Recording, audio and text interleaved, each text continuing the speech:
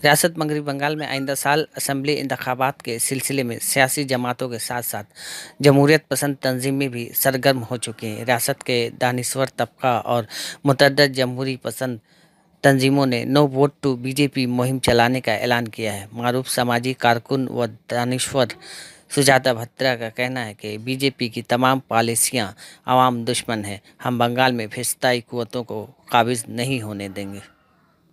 We are going to fight BJP RSS.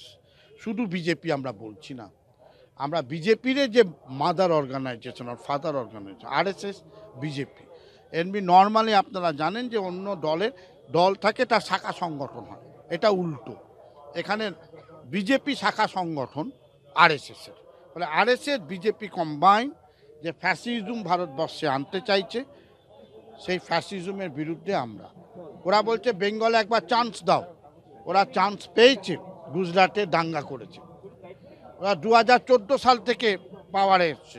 90-তে দাঙ্গা করেছে আদবানিরা, 92-তে দাঙ্গা করেছে বাবরি মসজিদ ভেঙে, 13-তে মুজাফফরনগরে দাঙ্গা করেছে। তারা শুধুমাত্র গণহত্যার ইতিহাস। They kill people and on killing people they come to the পাওয়ার।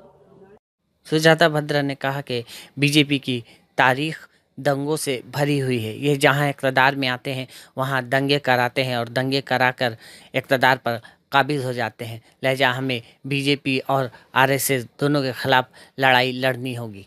कोलकाता से टीवी भारत, आफाक हैदर।